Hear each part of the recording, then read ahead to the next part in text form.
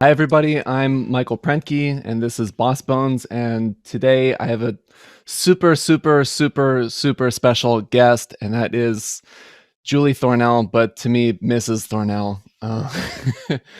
Mrs. Thornell is my original band teacher from back when I was in middle school, and she was really my first mentor in music. I studied privately with her for years, like private lessons in addition to band, and she was a huge motivating factor for me pursuing music in a further way. So I'm kind of eternally indebted and grateful to her and her tutelage and guidance in a very holistic way. So yeah, welcome. Oh, thank you. I'm so honored to be here as part of your podcast. Really, thanks for the invite. Yeah, I think I think it's kind of interesting thinking about it because I don't think I've brought any like band directors in, but you know, being like Boss Bones podcast, like mostly featuring, people who specialize like more so in performance or something and don't do quite as much teaching. Like if there's like I don't know, a spectrum of like how much, like I think almost everybody does teaching and performing. It's almost like a spectrum of where, like what percentage are you doing more or less of which. And you're probably more on the teaching side, but you certainly perform a lot, and you were freelancing a lot on the South Shore and in Boston. So you were very connected to the South Shore music scene and even the Boston music scene. You know a lot of the local players.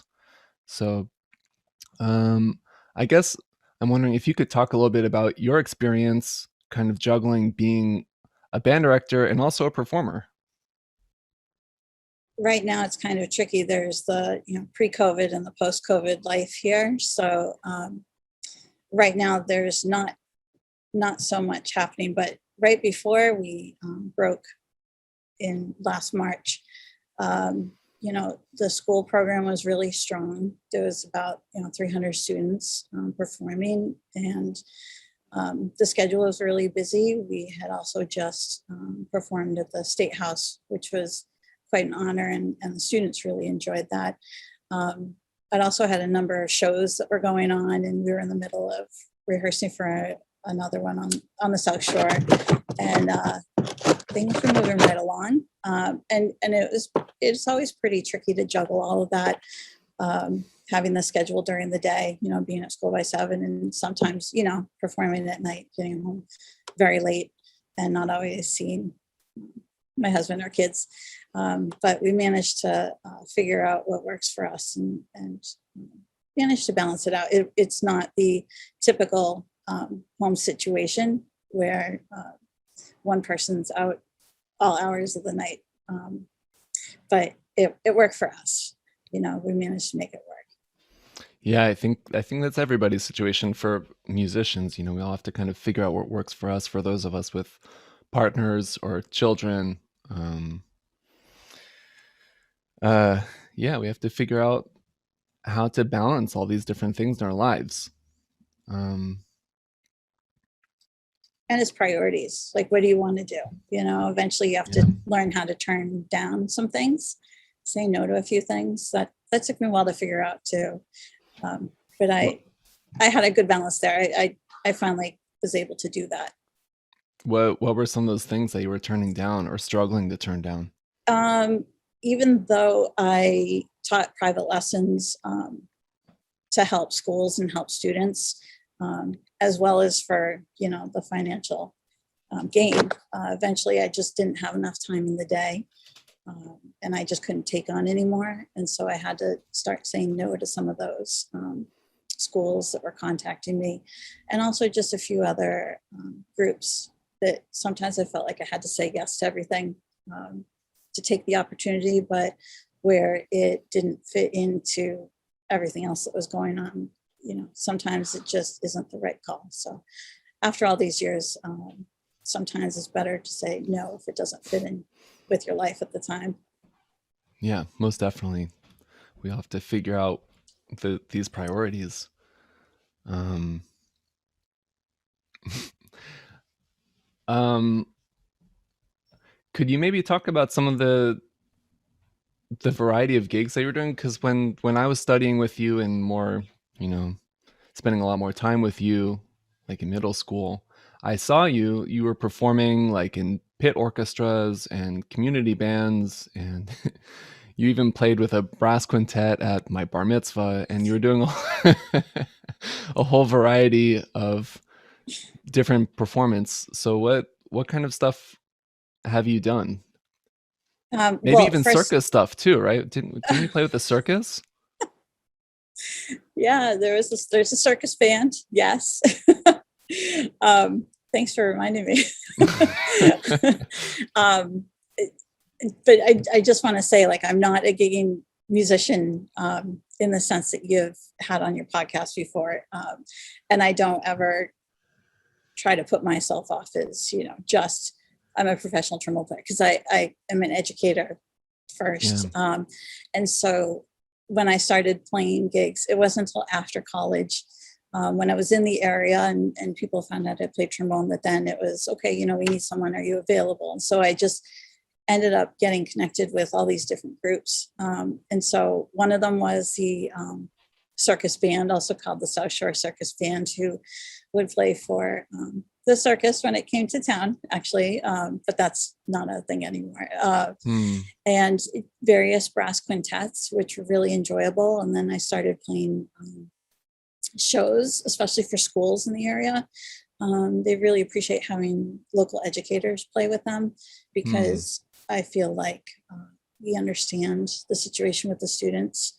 We're not as easily frustrated when things don't go well or if the students aren't perfect, because we understand that everything is going the best it can. And so I think we Hmm. have a little bit more patience sometimes. And I enjoy that. I enjoy seeing the students perform. So I have done a lot of that. So I think the shows and the brass quintets were primarily what I was doing before COVID hit. Um, a number of orchestras in the area. I played with quite a few.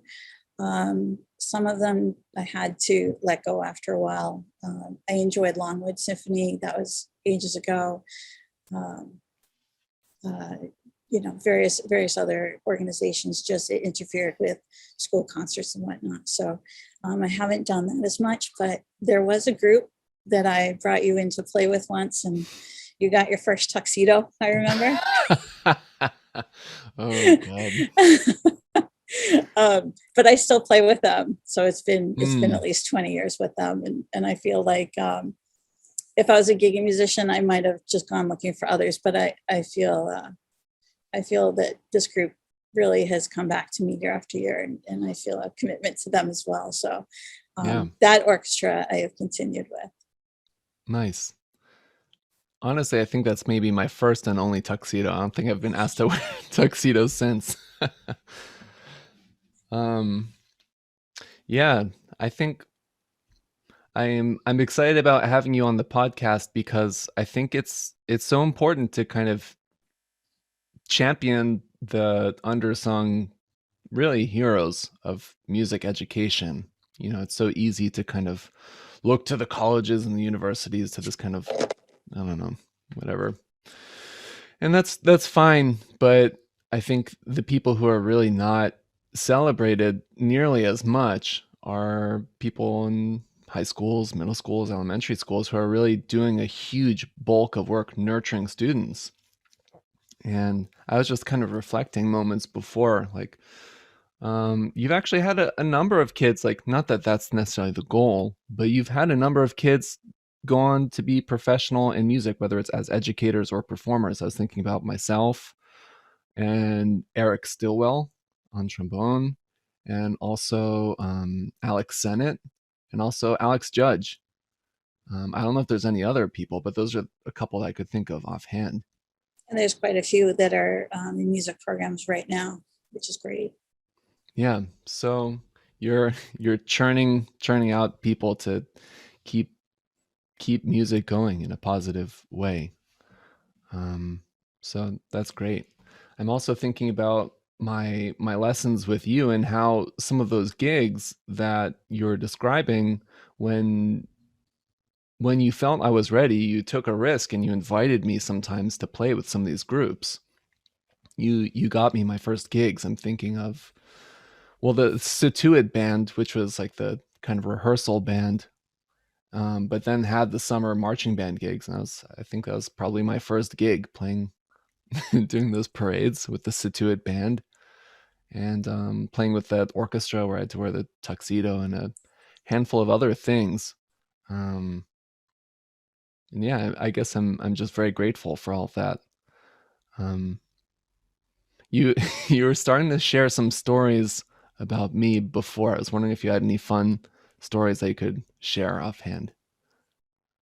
It's really hard to just pinpoint down like one or two stories. I just from when you were young and I had first met you, you were just really fun, and you had a confidence that other students didn't have, whether that was true or you had just, projected that persona. But um, you always wanted to do something different, and not necessarily draw attention to yourself in a negative way, but just, you know, be yourself. And I always enjoyed that. And I know that maybe there was some other teachers that didn't always appreciate that about students. But it was really fun to see all of your interests and your enjoyment. And sometimes you'd be playing trombone and tuxedo, and sometimes you'd be on stage rock band style with the bass guitar, and Mhm. you're comfortable in both settings. And that was just really, really fun. And your hair. Your hair was great at a time when people were doing the, suburban close cut. You weren't afraid to be different. And I love that. I was digging through my box. You took a picture of me as a kid. I think it was maybe fifth or sixth grade, and like I'm standing there and I like have my slide off, and I couldn't find it. I would have shown it. I'll show it. I'll find it and I'll put it on the Boss Bones Instagram or whatever. But I yeah. have it too, and I can send that to you again if you want. Yeah, that would be great. Um, yeah. So, hmm. I guess I'm wondering, did did you ever wish that you had more performance, or it seems like you're really set with like the education thing? Yeah, I did always wonder, like, what if, I've had a lot of those moments. But I end up telling myself, well, that's the way it was. And here's where we are. And I'm happy with that. But I do wonder, what if I had started an instrument earlier than eighth grade, or that I had had private lessons in high school? I think that would have probably put me on a different path. Um, and then I probably would have gone to a different college. I probably would have looked for something a little bit different. But I didn't start until late. So I was always trying to catch up. Basically, I was self-motivated to do so. And I had a little bit of help in high school from my high school band director. And also I did Situate band, which helped with my sight reading, that's for sure. And I went to the South Shore Conservatory in the summer. But I think if I had private lessons, I would have been thinking more about performance, instead of geared towards education. Um, but again, that's how it ended up. And I'm happy being where I am as an educator, and I'm glad that I can perform in the area. And that, I think, is important for me as an educator, because if it was just about school, um, not that school's not awesome, but I think having the outside performance experience feeds me and helps me do what I do with students. And so, I wouldn't change anything at this point. But I think if I had had that younger, I might have been on a different path. But I'm happy with what I'm doing.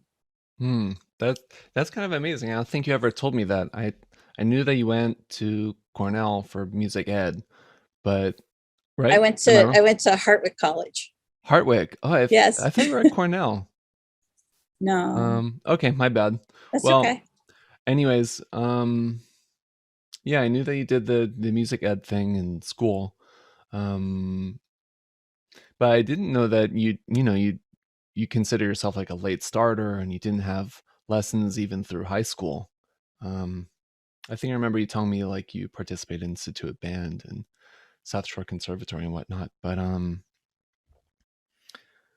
yeah, it almost feels like you're sort of trying to pay it back, like you wanted to be the person that you didn't get to have in some ways.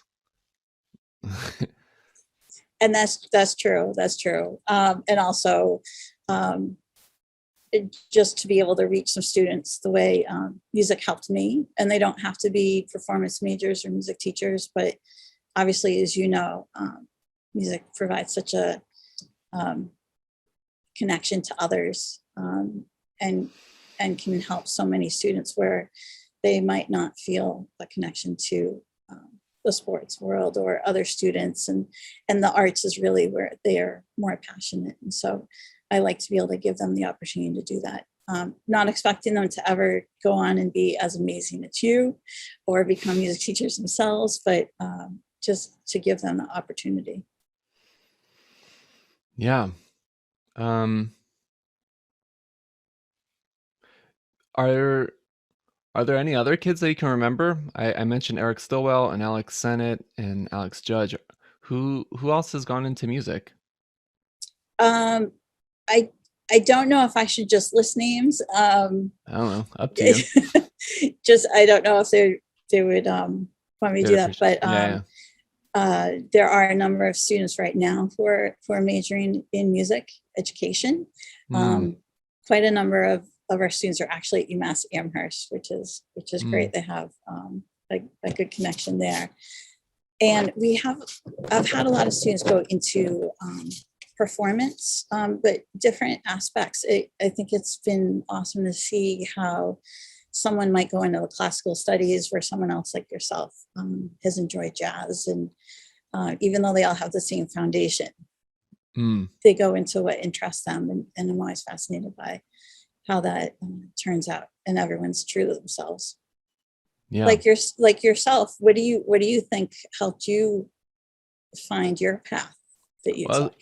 I was just thinking as you were saying that I really appreciated the kind of diversity of things that you exposed me to, whether it was like the gigs, playing with the community orchestra, or playing in a marching band, or um, like there was such a rich education program even at at the school, where we had like the performance troupe where we were talking about like me getting to play with a rock band or sort of playing in different kind of musical styles. So you encouraged me to do all kinds of stuff, whether it was kind of more classically bent or more pop music or whatever, but just having a good base and fundamentals on the instrument, having good bass fundamentals in music in general, and applying that to whatever it was that I did.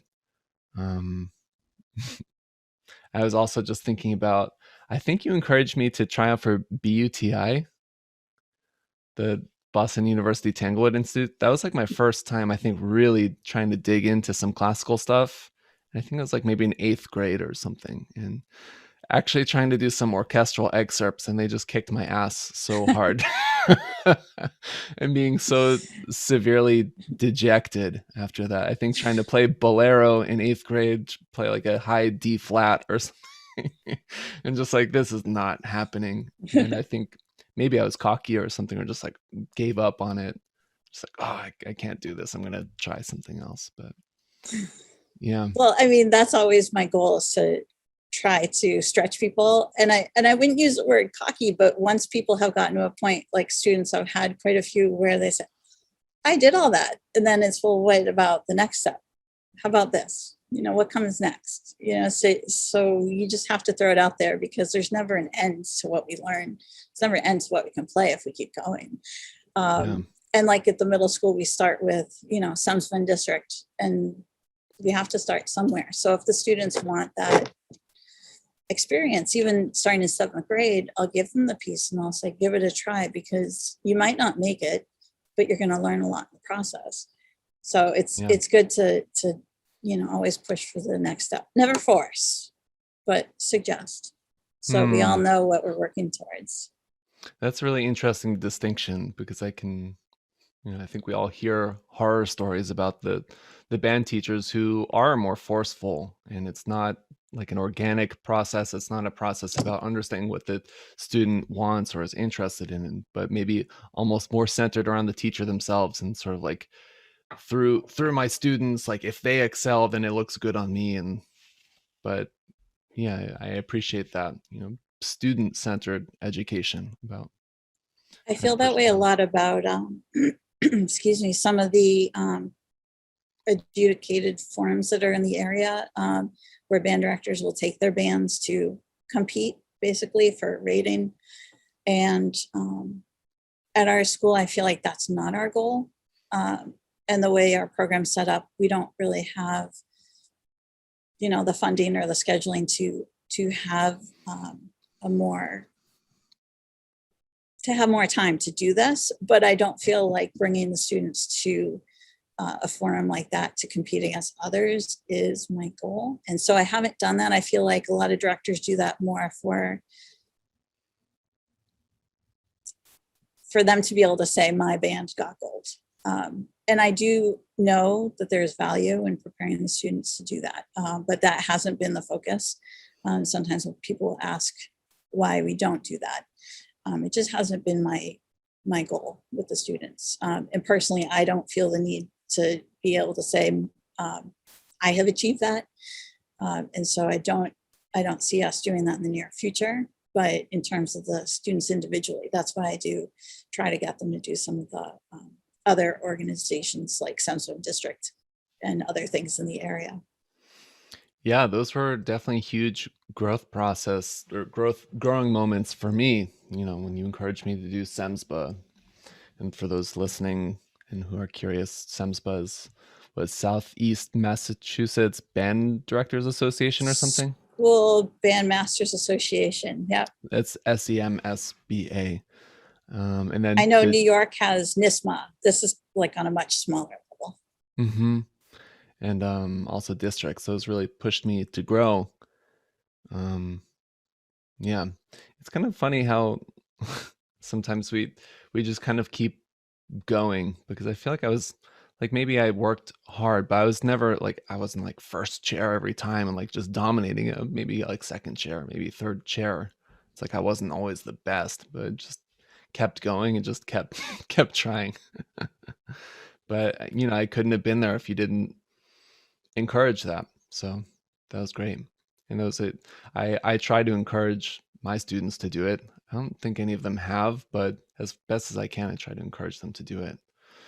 And But don't you find that the first chairs in all those situations aren't necessarily the best musicians? oh They're just the yeah, ones for that sure. they practice the piece the best. They're not always the best musicians. It's the ones that practice hardest to get second chair or third chair that Hmm. understand the value in what they did to get there. Wow, And that's and I interesting. think it means more to them sometimes. Not that Hmm. first chair is not good. hmm. Yeah. Yeah. Again, like thinking about it from that lens, like I can remember being always sort of trying to claw up, claw harder. And it's like, oh, there's somebody in first and they must have some stuff going on that I don't. But it's like maybe it wasn't exciting for them, or like, I don't know. I feel like I saw a lot of those kinds of people who are the best at those times. They would drop out. It's like I don't really see them now. And like likewise, I've been in situations where I've seen players who are maybe like a little bit younger or like whatever, close to me. And maybe I was cocky and I was just like, like they don't sound that great. And then like I see them a couple of years later and they work their ass off.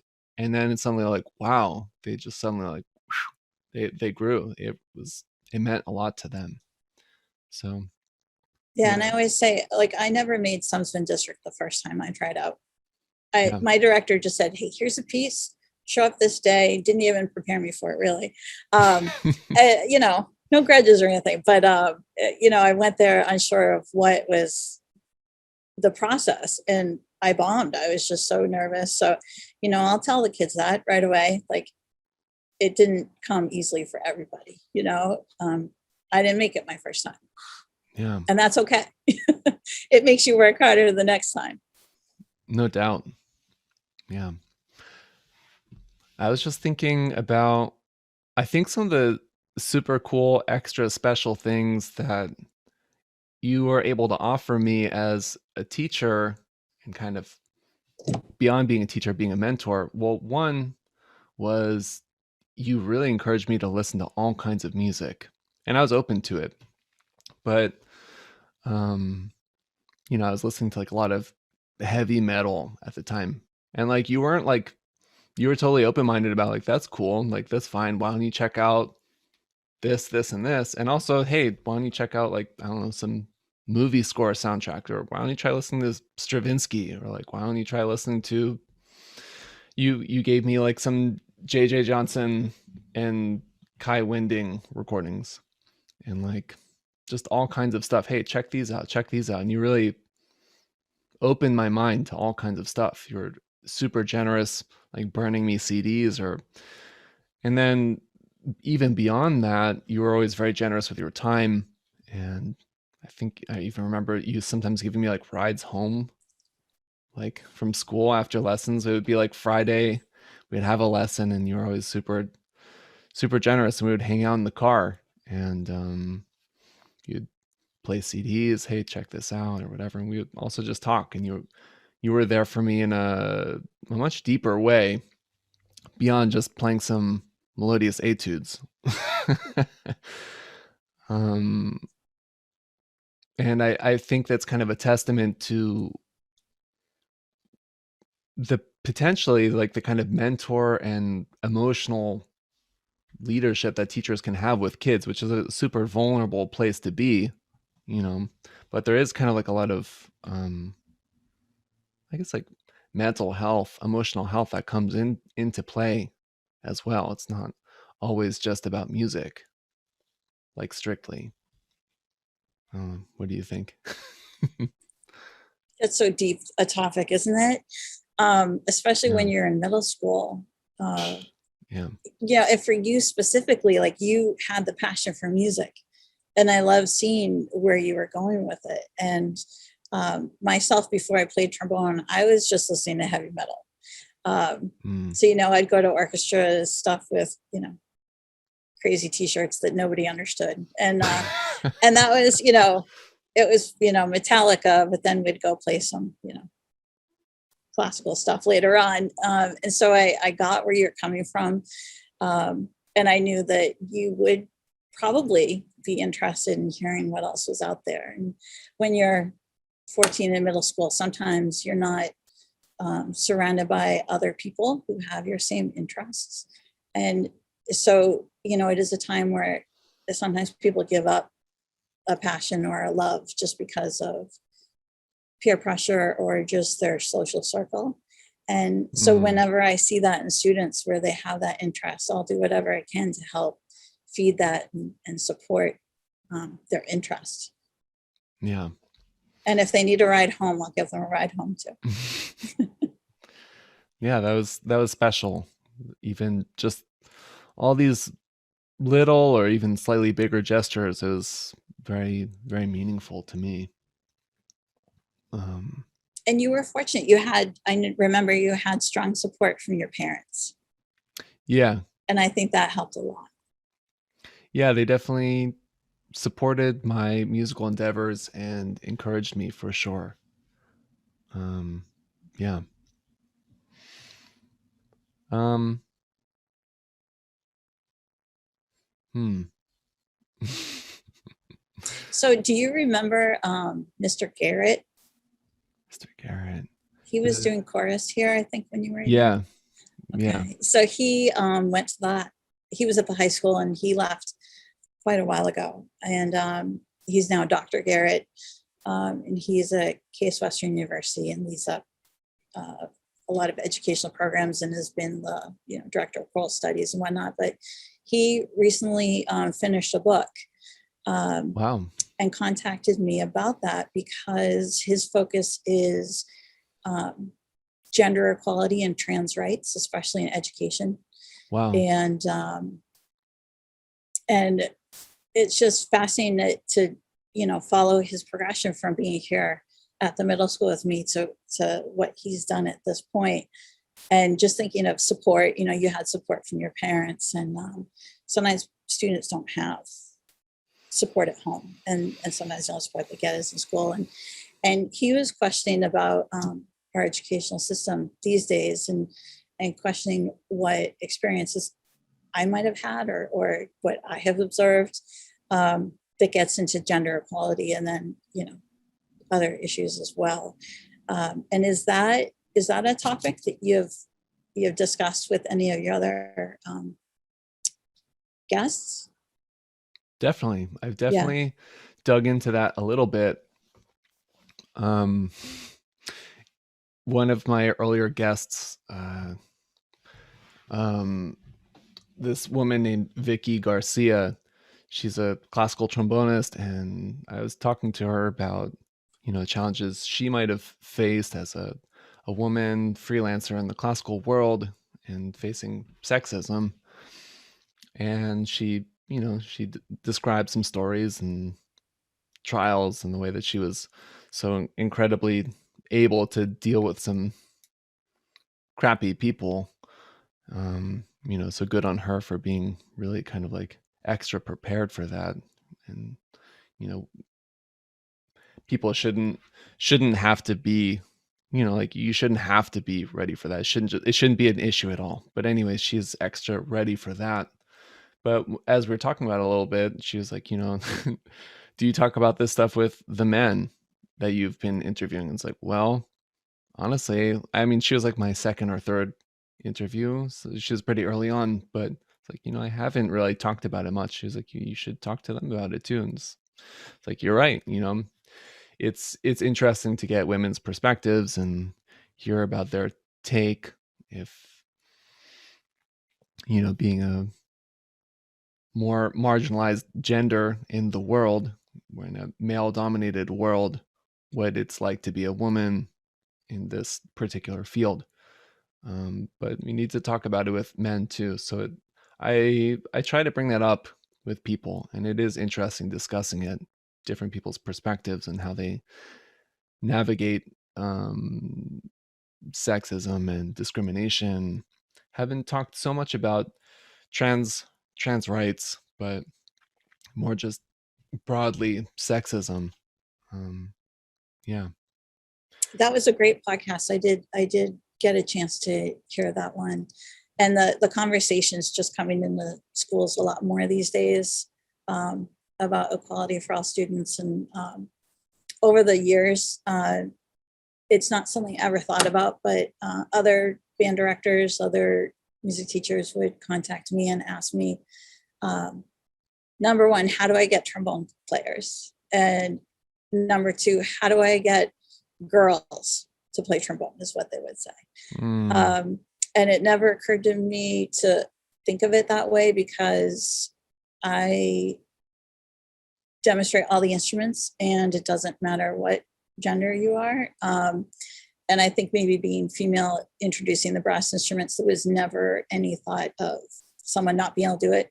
And so I think that there's still stereotypes that are prevalent, especially around here, and probably other places, but that's still an issue that we're trying to combat, the bias and the stereotype that a lot of students just learn from their parents. They can't play yeah. that because it's a quote unquote girl's instrument or boy's instrument.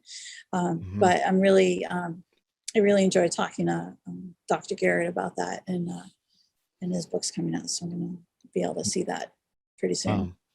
Super cool. Yeah.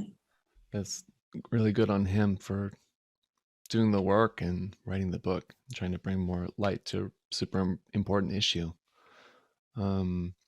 Yeah, I was talking with one of my other guests, my friend Brian Paulding, and he was saying how his take on it was like, it's just like some kind of, I guess as he saw it, more antiquated views about like, oh, like a masculine instrument versus a woman's instrument. But it seems like the culture is kind of starting to go away from that.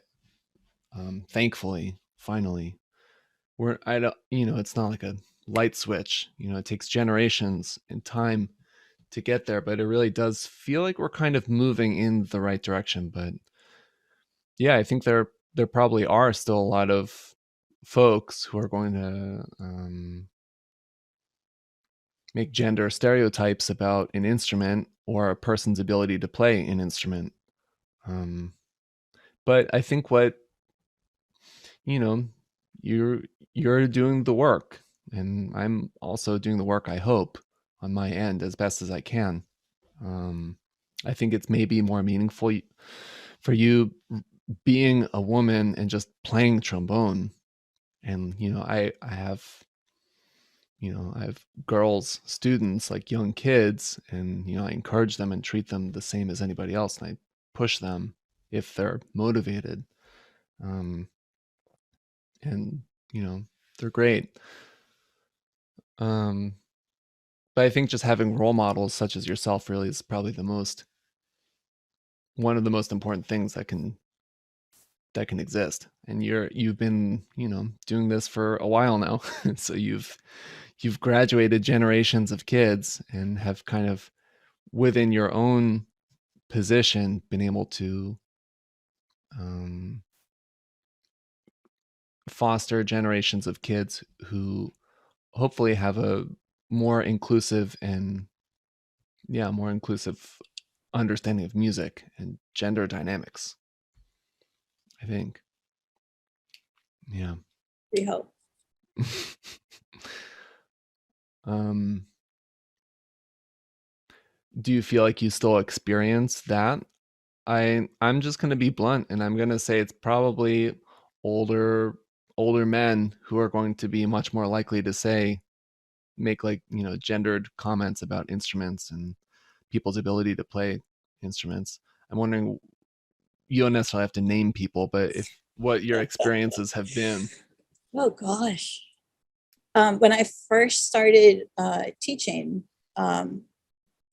the local organizations, music teacher organizations, and through Sunderland District, there would be meetings and festivals, and I was,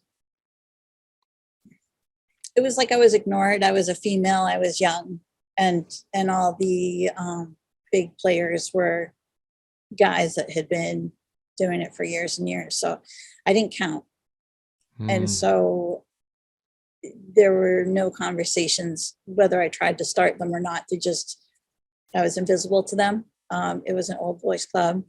Hmm. And then it wasn't until I started doing some private lessons in the area, in some of those area schools, that then it was more of an acceptance, um, that, I was capable, and yeah, I was a woman, but I was capable. So I was okay. And I just remember, and it's not the same anymore. It's not that at all. And I still know a lot of these folks, and they're great friends now. But in the beginning, it wasn't the case. So the Old Boys Network was strong, but I can say that it's changed a lot. I do remember someone very prominent in the area um, telling me that the girls couldn't play brass. And we were having this discussion at a school during jazz auditions for district one day. And they said girls couldn't play brass. And I just didn't know what to say at that point. And he's like, well, but you're okay. Okay. That was like a great honor to be told I was okay.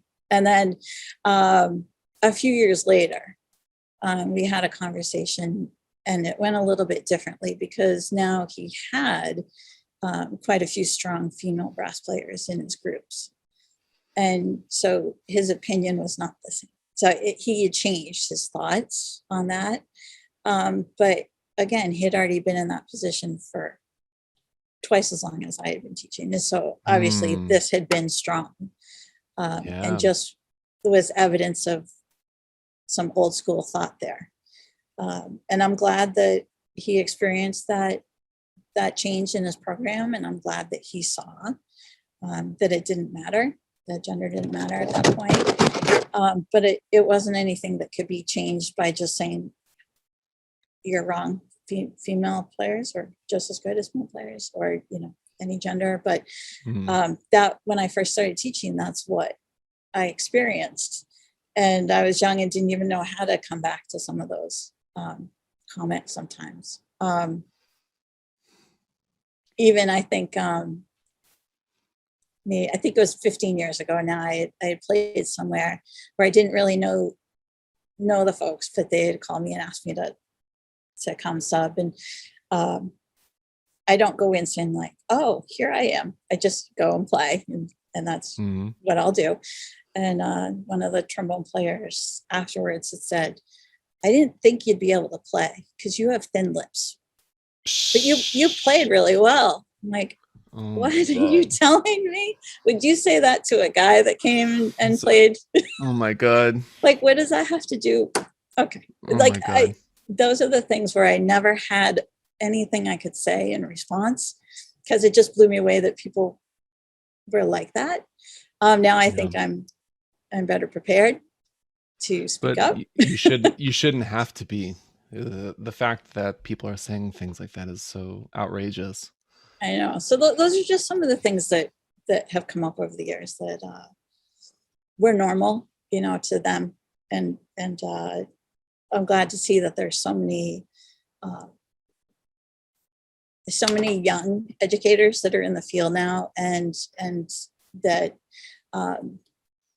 gender isn't as much of an issue, and things have changed. Yeah. I'm just thinking about how it's so complicated and challenging to unpack dynamics, and I feel like if for those who are, I guess, interested in, I don't know, conversations of social justice or awareness at this point, I feel like the word that's thrown around a lot is systemic this, systemic that, systemic racism, systemic sexism, systemic, and like unpacking what is the system. And I think in this particular situation, the system is that colleague, somebody who is there for many generations, and creating a situation that was probably didn't feel safe for a lot of kids, didn't feel like they could be themselves, didn't feel like they could be heard or respected. So that's part of it, is individuals, somebody who gets to assume that position of power, and also the institution being the school that hires him and accepts this person within their position. So yeah, it's complicated to unpack. It's like an octopus, a multifaceted sort of thing. There's a lot of variables and things at play. But yeah, it is nice to see that there's definitely more inclusivity, and I truly think that gender is becoming less of an issue. We're still not quite there, but getting there. Yeah.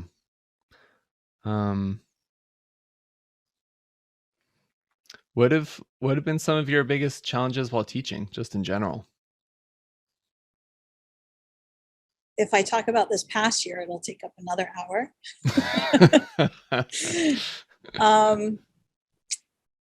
Well, this past year was a challenge. Yeah. Instead of having instrumental ensembles and group classes and jazz band and all that, I was general music on a cart.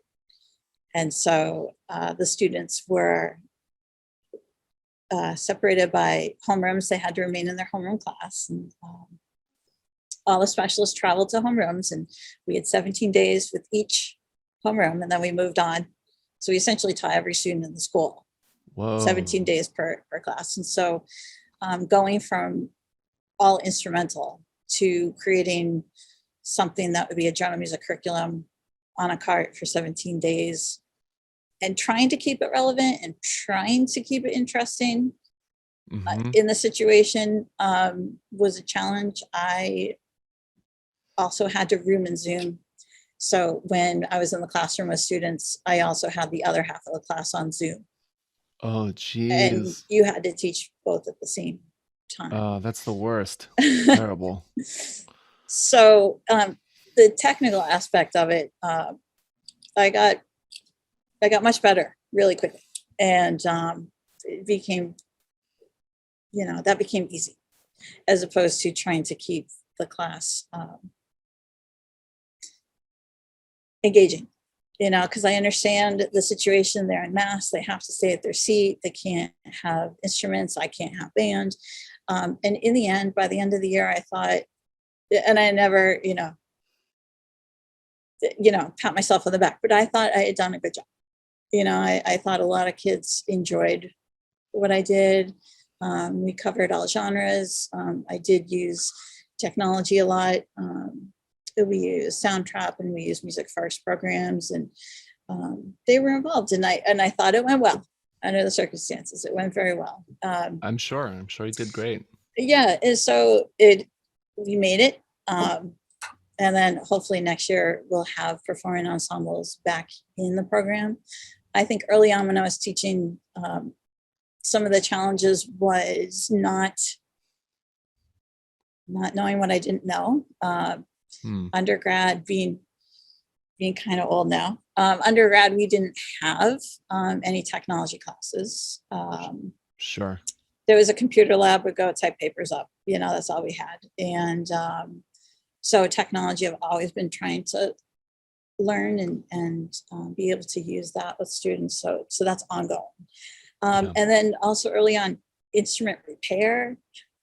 Oh, every geez. class, there's a kid with his mouthpiece stuck, and a kid was screws in his hand, and Trying to explain over Zoom. yeah. So just those small things were challenging. And so whenever I have students intern with me, and they ask me questions about, if you could go back, like what were some things that you would want in your program? Definitely these days technology is big, and instrument repair, and also just understanding the curriculum that's out there for performing ensembles, just being more diverse as well. And then, working with administration, our school has had, I think I've had, like 7 principals, and Wow. we're good right now. Like we've been going strong, but just being able to adapt to that and be able to work with a lot of different people.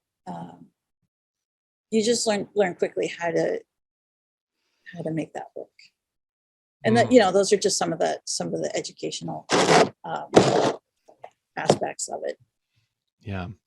I know Zoom can be super, super challenging. But it seems like you're able to maybe expand the ways that you teach, or it kind of forced you to be creative or think on your feet. It forced you to learn some new things and think about education in a different way. I'm wondering, was there any upsides or any positive things to it? Absolutely. Well, first of all, I got to see every single student in the building, and that was fun, being able to work with students I wouldn't have normally have had during the year. And I enjoyed that, and I think they'll enjoy that as well. I will definitely try to keep up with a lot of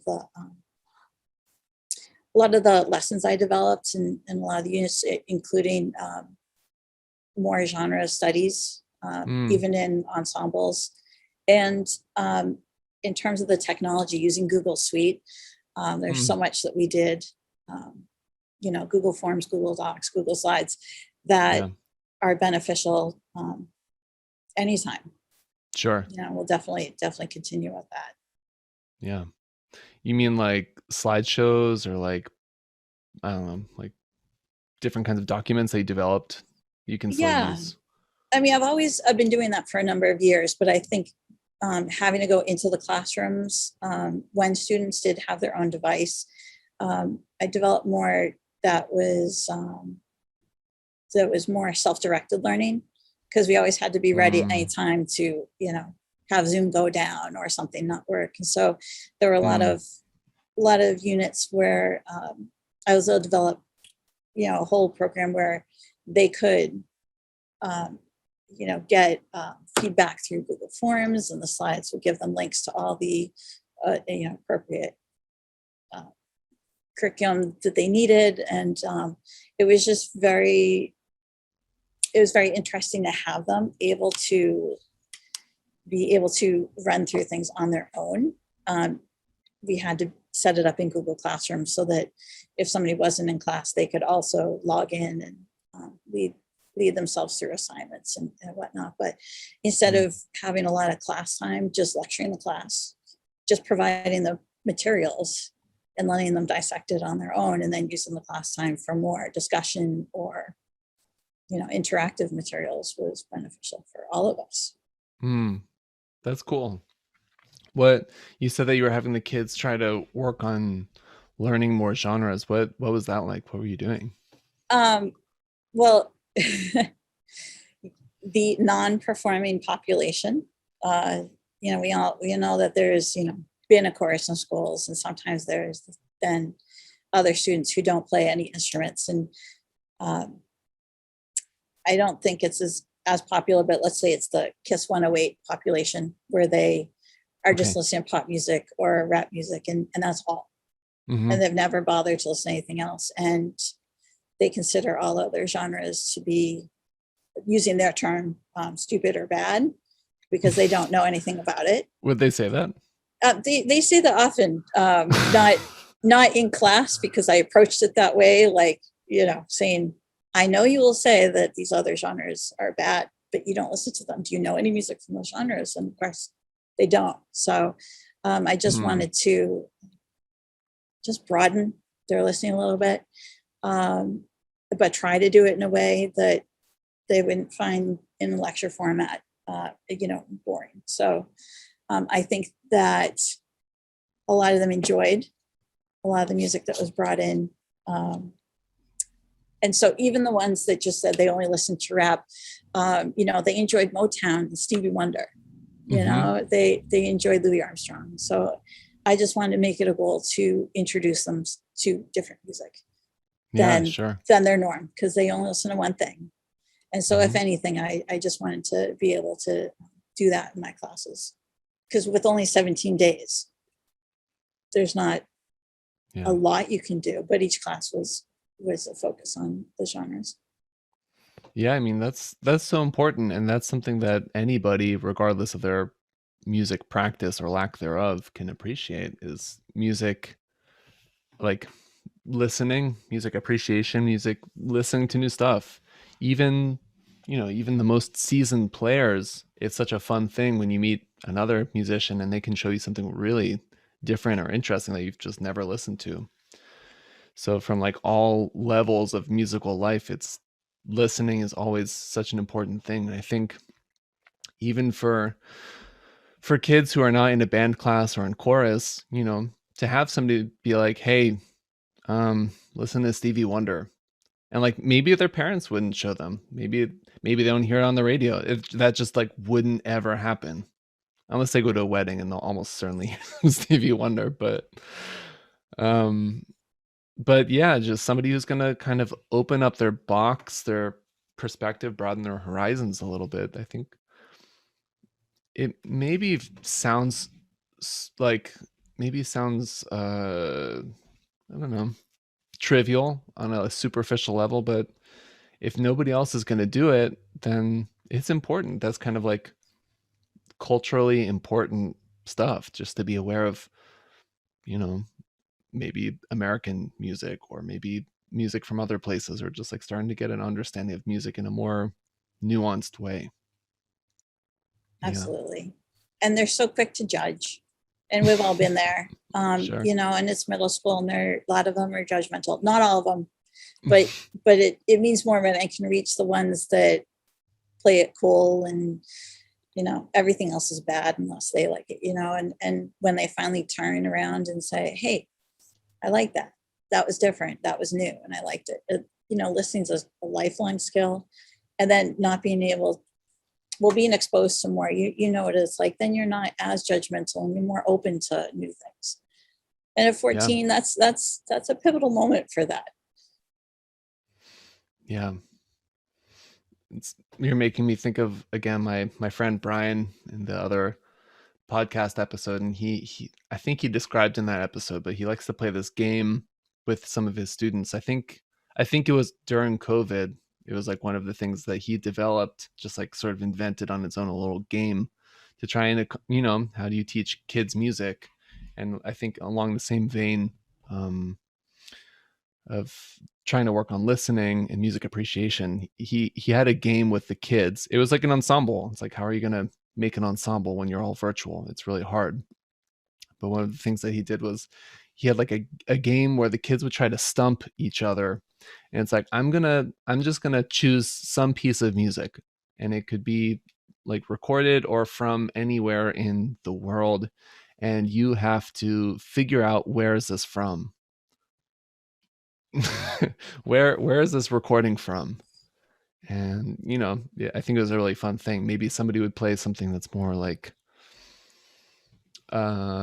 traditional, like, I don't know, some kind of like traditional music of some region, or like, I don't know, I think he was like really into like a salsa band in Scotland, and they kind of do like a Scottish salsa fusion, which is supposed to be really cool. And like, just, I don't know, music appreciation, thinking about the world in a different way, thinking about music in a different way. And yeah, it helps us think about the world and people and culture in a more open way, when you have to think critically, like, oh, like, let me stop for a second and hear, like, I'm listening to rap all the time, and I hear this Motown, or like I hear, Stevie Wonder, and it's like, it sounds kind of almost related but kind of different, but it's like, you can see how it's related, and start to sort of almost like trying a new food, like, this is like, I don't know, maybe I'll try it again. I don't know, but yeah, it's music listening is so important Now, at for some everybody. point, I hope that somebody does a podcast with you and asks you all the questions, because I would love to hear about your performing experiences, and the different groups you've performed with, because you haven't followed the traditional ensemble track. And so one of these days, you would be the person I want to listen to. So I hope that you do that. Yeah, I mean, I guess in a nutshell, and maybe it's because of my base and foundation that you helped set up, of trying to be a really open-ended person. And even though I kind of followed the jazz track, and I truly did and still do love jazz, although it's been a complicated relationship for sure, um, it was never only about jazz. I was never just like, there's I was always into all kinds of stuff. And I think I've sort of followed that in my musical career. I think all I've ever wanted out of a musical career is just to like play fun music, play really interesting music. But I always crave diversity. I don't think I ever want just like one thing. I really like playing all different kinds of things. Um, so, I'm at school and the the lights. the light went off. Sorry. But no, it's fine. Yeah, I mean, you and I haven't truly talked since I was a kid, I don't think. I mean, you came to my undergraduate recital, which I'm really glad that you were able to be there for that. But it's kind of buzzing, and there's a lot of stuff and commotion, and I don't think we really got to talk or catch up much. So this is the first time that we're talking in, since I was, what, like 14 years old or something. It's probably been like 15 years since we've had a real conversation. And then I always wanted to hear about your high school experience, because you didn't do a traditional high school with traditional performing groups. Well, that was complicated. I mean, you probably knew, like, I went to Hanover High School for the first 2 years, and then moved in with my dad, who was in New Jersey. So it's kind of a, I I was struggling a lot. I was having a lot of challenges at home and in my own life. So that's definitely related to your presence in my life. And I appreciated that stability that you were able to support me, be an advocate for me. And that was really meaningful. Um, and my dad was living in Princeton, New Jersey, which had a very strong music program. Um, my funny story about that is that um, the movie Whiplash, it was actually based on that program. No, no lying. I'm serious. The movie Whiplash was based off of my high school band program in Princeton, New Jersey. The writer or the director, what's his name, Damien Chazelle or something, whatever, the guy, he was an alumni of Princeton High School. He was a part of that band, but maybe like 15 years before. So it was a different director, but it was the same lineage. So when you were talking earlier in the podcast just now, like, some people, they always compete, they go for the gold, and I don't want to throw anybody under the bus here, but that's kind of what that was about.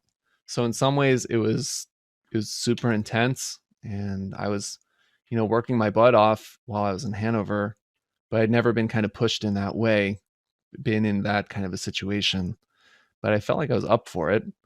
So I was involved with that, and I met some really great players, some great kids, and I made friends, and they motivated me, and we motivated each other. So that was great. But to be frank, I was definitely not into the environment, the atmosphere. I really butted heads with the director a lot. Um, so that was kind of a strained in some ways.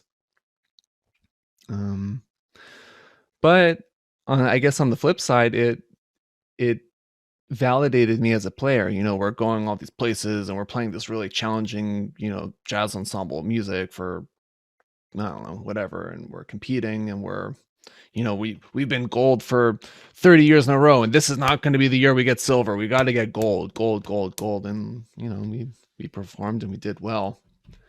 So I guess that kind of validated me, like, okay, I guess I'm a pretty good player. Like, I can maybe try and go pro, go to music school or whatever. But um yeah, so that's kind of, That sounds so intense. it was yeah, very intense.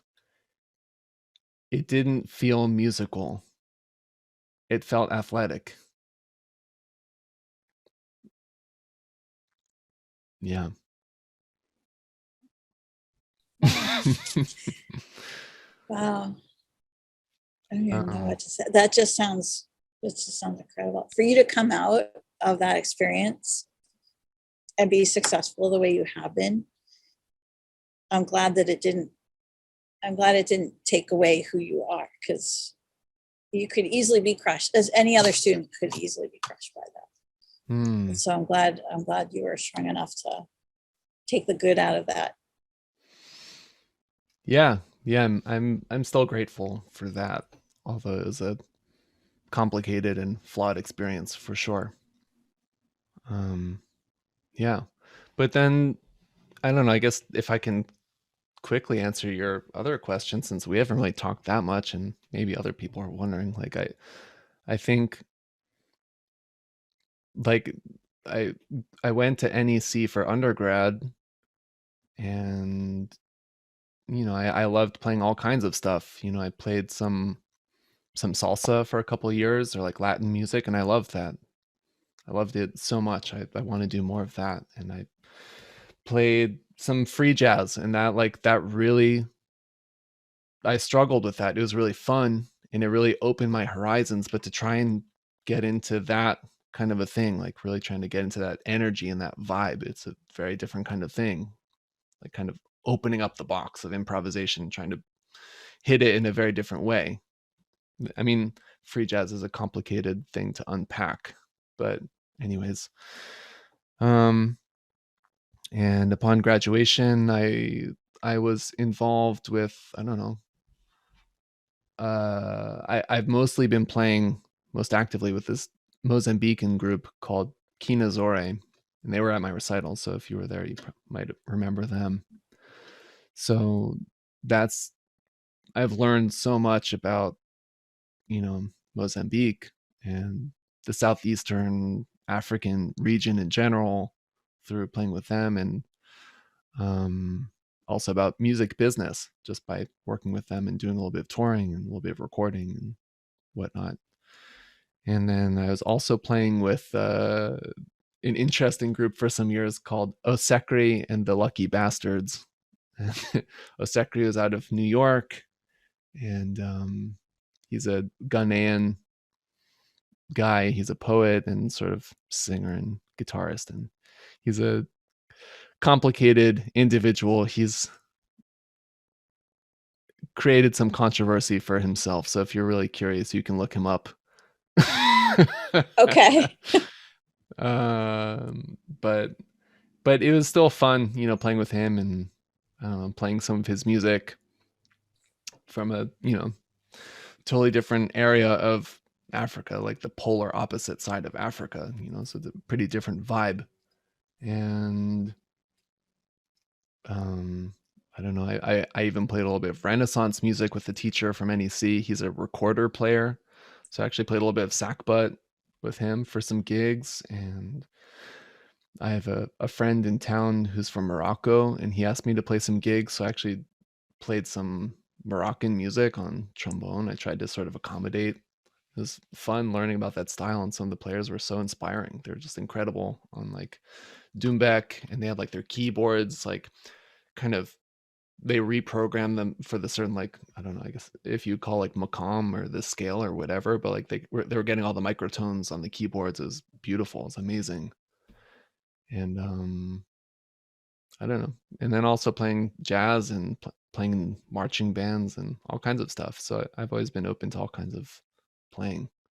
So yeah, and I guess I'm grateful that people like you really opened me up from an early age, when if, you know, if I hadn't had that sort of intervention, maybe be listening to Slipknot and Korn and Metallica exclusively. You're like, hey, Not you that know, there's anything wrong with that. no, no, no, no. Of course not. I But know. you know, open me up to some other things. You know, so yeah. Right from the start, you were passionate about everything you did, and you were strong-willed, and whatever you wanted to do, you're going to make happen. And I'm so glad you followed your path. Yeah. I'm I'm grateful to be where I am, even though it's been hard and still is hard in a lot of ways. You know, being a musician or a music teacher or anything within that world of being a professional in music is not easy. It's a lot of struggle there, but um, I'm grateful to be where I am, and I'm grateful that I got to spend some really good time with you as a kid. Oh, thank you. Yeah. What? How has COVID and the pandemic impacted you? Well, I mean, to be frank, even though I consider myself a performer and I'm always trying to practice really hard to be ready for performance, I'm not gigging that much, even before COVID. Certainly not enough to pay my bills, you know. Um, maybe I could have tried to make a way, like maybe if I got more wedding band stuff, I could have more reliable income from performance, or like if I did more, I don't know, pit orchestra stuff. But just the way that my life was going, I really do make most of my money from teaching. um, so when the pandemic hit, it was a relatively easy transition to just do Zoom teaching for me, because I'm mostly doing private lessons anyway. Occasionally group lessons. I mean, I have done like classroom teaching in the past, but the bulk of what I do is private lessons. Um, so it wasn't that hard going to Zoom, and in fact, in some ways, like I kind of liked it, because I didn't have to, for me, I'm teaching like, like one day at this school over here, and then another day at this school over there, and then maybe like something here and there and there, and I find myself running all over the city, and it's kind of a pain in the butt sometimes. So it was nice to be able to maybe schedule kids from all over town that I wouldn't be able to do in person. I couldn't see them back to back in person, but in Zoom, I could just have them like, okay, bang, bang, bang, bang. And then I get them all together. And that's nice. And it's nice to be able to hang out at home. I think my partner, I don't think she minded all of my hours of music teaching. I think it was fine for her being at home. And yeah, it definitely forced me to think differently about the way that I teach. I had to approach it very differently, but I think it opened up some things too. It helped me approach it differently, so I think it was good. I think um What are some ways your teaching changed for your lessons that you'll probably continue with? hmm well, it definitely forced me to dig into some more music, because like usually with kids, they're working on band music, and I can just like look at that, and a lot of band programs were cut or just like not happening for the year, so they just didn't have anything to work on. So it's like, what do you want to do? So I definitely had to be much more ready to offer stuff just on the fly for, a trumpet, trombone, or tuba, just like have some stuff ready to go, more or less, to work on. Um, One of the things that's been really important to me as a teacher is just working on songs by ear and trying to just do really common or basic melodies, but learning them by ear. And I almost always start with, hot cross buns, Mary had a little lamb, but we kind of build from there. And I think it's empowering for kids to start to get a repertoire and be able to connect the songs that they already have in their head, in their ears, and start to play them on their instrument. I'm like, oh, okay, like I kind of get it. I'm practicing technique, I'm working on my scales, but I'm not just doing the scales for nothing. I understand that the better I know my scales, the better I can integrate these melodies. Melodies are mostly just combinations, like different configurations of a scale. So over the pandemic, I made a pretty big list. I don't know, it's like maybe 60 songs. And I kind of like organized them by like how wide is the range? Like, is it a small range of notes? Is it a bigger range? Um, what interval does it start with? Um, just for reference. And like, I have that all in a Google spreadsheet, and I spent a couple of hours one day just trying to organize it in a like relatively ascending order of difficulty. So I have like level 1, 2, and 3 of this song list. And then, so that's been great. I'll just send my song list to the kids, and I'll just say, like, okay, let's go through the list. Like, do you know this song? And like, if you recognize it, let's play it. Do you know this song? If you recognize it, let's play it. And we just go through the list, and the kids learn a lot of songs. So that's been great. Some movie themes on like the more challenging end, and then like simple songs on the beginning end. So I do that, and I've been working on a lot of duets. I do duets with kids, and which has been kind of interesting because, like, you can't play at the same time really with Zoom. But what I'll do is I'll just like have the kid play the bottom part, and then I'll play the bottom part with them, and I'll just say mute yourself, and I'll play. So I'm almost like a backing track for them. And then I'll just take their word for it. I'll say, how'd that go? Do you feel like we were together? Did you get it? How was it? And they'll say, yeah, it was good. Or no, let's do it again. And then we work it out. And eventually, once they feel more confident with their part, I'll say, okay, let's try it as a duet. I'll play the top part now. And then they stay on the bottom, and it goes like that. So yeah. And then like etudes, just like solo etudes as well.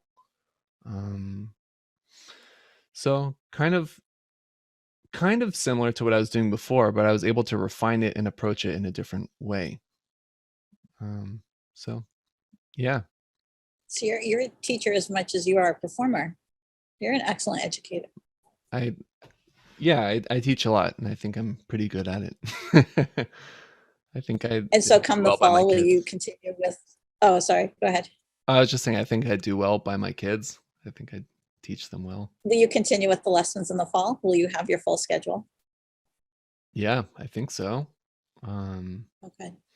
I mean, it always changes year to year depending on who's signing up for lessons, but yeah, I anticipate teaching a lot in the fall, and I think it's going to be in person this time, which is going to be kind of surreal. And reckoning with what I was saying before about commuting and all of that, wondering like, for instance, like I'm in Somerville, and I'm technically like a teacher in Needham, but I have like one or two kids out there. So, and Needham is, it's like a probably 40-minute drive. So why am I going to drive 40 minutes out to Needham for like one kid or two kids? That's ridiculous. So I'm wondering if in this future world, if I'm going to do some kind of combination of like, maybe like if I have a bunch of kids in Brookline, maybe I'll go there each week. But if I only have like one or two kids in Needham, maybe it's not worth my time to schlep all the way out there for a kid. No offense to the kids out there, but it's And we and got to maybe if protect our you're time. and maybe if you're a parent who has multiple children and you're driving them around to different places all day, maybe that will be appealing and that you Yeah. don't have to go anywhere for that lesson. Yeah, exactly. And like maybe we can figure out some kind of like a hybrid model. Like, okay, maybe we'll do like one lesson a month in person or like something like that.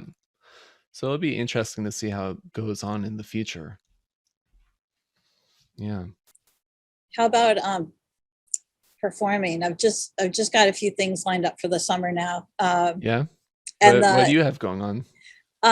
well, actually, for holiday stuff, the orchestra that you played with, they're able Hmm. to restart again, so that's already planned. And I actually play with a disco band. Um, Is that yeah, Booty Vortex? no, not them. It's a different one. Wow, Um, I didn't know there was multiple disco bands in the area. I know Voodoo Vortex has been a lot in Boston and North Shore and has that covered. And so Oh, we've done okay. we've done a lot of like private parties and South Shore things. And um, That sounds super fun. yeah, so we have I think it's called Castle Hill at the Crane Estate, which is coming up Uh-huh. this summer, which is gorgeous. That's a gorgeous place, and a few other things. So there's some performances starting to come back. How about yourself? Are you going to be performing a Yeah. lot this summer? Yeah, I don't know if I'd say a lot, but I definitely got some stuff coming up, which is pretty fun. Really looking forward to that. Got some performances coming up with Kinazore, local and also in Western Mass. Um, I guess if I'm gonna do a full plug, I should just I don't have my calendar on me, whatever. If people really want to know, they can look it up. So yeah, I got a couple performances with Kinazore coming up, and doing a one-off with this guy named Dan Gable, who's like a very trad jazz kind of guy, like traditional 1920s, 30s I've seen jazz. video of them. Great group. Mm-hmm. Um, I've been playing with like a kind of more, I guess, like you could say, avant-garde or progressive jazz sextet. So I think we're gonna do some gigs in August. I think we've got one lined up at the Lily Pad in Cambridge in August. So it'll be fun to play with them. That's the Sejun Kwan walking cliche sextet. Um, what else? I think that's kind of it. Yeah, but it still feels good to have gigs sort of coming up, and I'm working on booking some stuff, and I have a wedding with the Balkan brass band that I play with. We're gonna play a wedding, so I'm looking forward to that. Um, yeah, that'll be really fun too. Um, so yeah, stuff is definitely opening up, which is very surreal, but also like what an incredible relief. I've started like going to some jam sessions and trying to play with people, and it's like so weird going to bars or venues or whatever, and like a lot of times people are just not wearing masks, and it's like, okay, I guess we're here. This is the world now. It just kind of felt abrupt. even though like news and the writing on the wall says we're still not out of the water. So it's kind of a really weird transition, a weird place to be. I agree. In school, we had to wear masks all day. The students still had to be um, separated by 3 feet no matter what, and it was all Wow. protocols in place right up till the end of the school year. But yet, the next day I go to the store and people don't have masks on. And it's just for them, it was just a switch, but where we had been following these protocols for so long, it was hard for me to adjust to that. Um, Yeah. but hopefully we all follow whatever guidelines are out there, and in the fall we can all go back to a normal or somewhat normal educational system where we Yeah. don't have to be separated and masked. Hopefully. Sure. Yeah. Do you have any sense of what that's going to be like in the fall for you? I don't think that we'll have to wear masks, first of all. And as for me personally, I don't know if I'll be able to have the bands back in place. Mm, But I know there's a lot to figure out. There's a lot to figure out scheduling wise. And I'm hopeful that we'll be revisiting that discussion and trying to work something out. I have to restart. I have to restart the whole program, basically. oh my Um, God. Like starting from scratch. yeah, there's still some students that would be entering 7th and 8th grade that played before COVID shut Oh us my down, God. Wow. and there'll still be a couple that will still have their instruments and be there, but basically we're starting over. Wow. We can do it. We just have Yeah. to. I have to have the time to meet with students, and we have to have a plan in place. But that'll be my challenge this year. Yeah. Yeah. Just starting from scratch, more or less. Wow. Yeah. But I did have a lot of students asking when the jazz band could start again. Mm, So I know that there's a core that will yeah. at least have a few. I feel like from my own experience, I feel like the kids who elect to do jazz band are generally going to be the ones who are most invested. Yeah, yeah. And when I started it so long ago, and that was always the goal, to provide those students that wanted more and that Yeah. really wanted a challenge, to provide them the opportunity, and they have loved it. Being able to work with multiple grades and different music, and so as long as those kids are still out there, we'll do it. Yeah, if there's a will, there's a way. They'll figure it out. Yeah. Yeah. Cool. Well, should probably wrap it up, but um yeah, any last notes, anything else you wanted to share? We'll keep doing what you're doing. I appreciate it. Yeah. I'll try. Likewise. And I hope maybe sometime we could even get you in here to school to be a guest artist one day and Oh, yeah, I'd play love for to. them and That'd be share your fun. story. Okay, sure. I'd be more than happy to. That'd be really fun. Yeah, let me know. We'll work it out. Thank you. Yeah. Um, cool. Well, it's been what a whirlwind to to hang out, and maybe next time we meet we can have a non-podcast conversation. But it's been great to catch up some for the first time in you know 15 years or something. I was saying to some friends just before this, like, I feel like I've had so many lifetimes and iterations of myself since we've last met. I'm like a different person. It's kind of surreal. You knew me as like a tiny kid, and now I'm a man. But Thanks for having me. I'm still so proud to be able to say you're my student. You're hmm, just incredible. oh, thanks. Yeah. Um, okay. Well, I'll hopefully catch you soon, and I hope you have a really nice summer. Thank you. You Yeah. too. Please keep in touch. Yeah, for sure. Okay. Thanks. Thank you. Bye. Bye. Thanks for listening. Comments, questions, Send me an email at bossbonespodcast@gmail.com. That's BOSBONES podcast@gmail.com. Or follow me on Instagram, YouTube, or Spotify. You can follow Juli on Instagram at Juli Thornell or facebook.com/Juli.Thornell. That's JULITHORNELL. Trombone Icon by Gregory Montigny from thenounproject.com. Special thanks to Celine and Jeffrey. The Boss Bones theme was written and recorded by yours truly, Michael Prentke. Again, please follow at Boss Bones on Instagram, YouTube, and Spotify, or visit at michaelprentke.com/bossbones.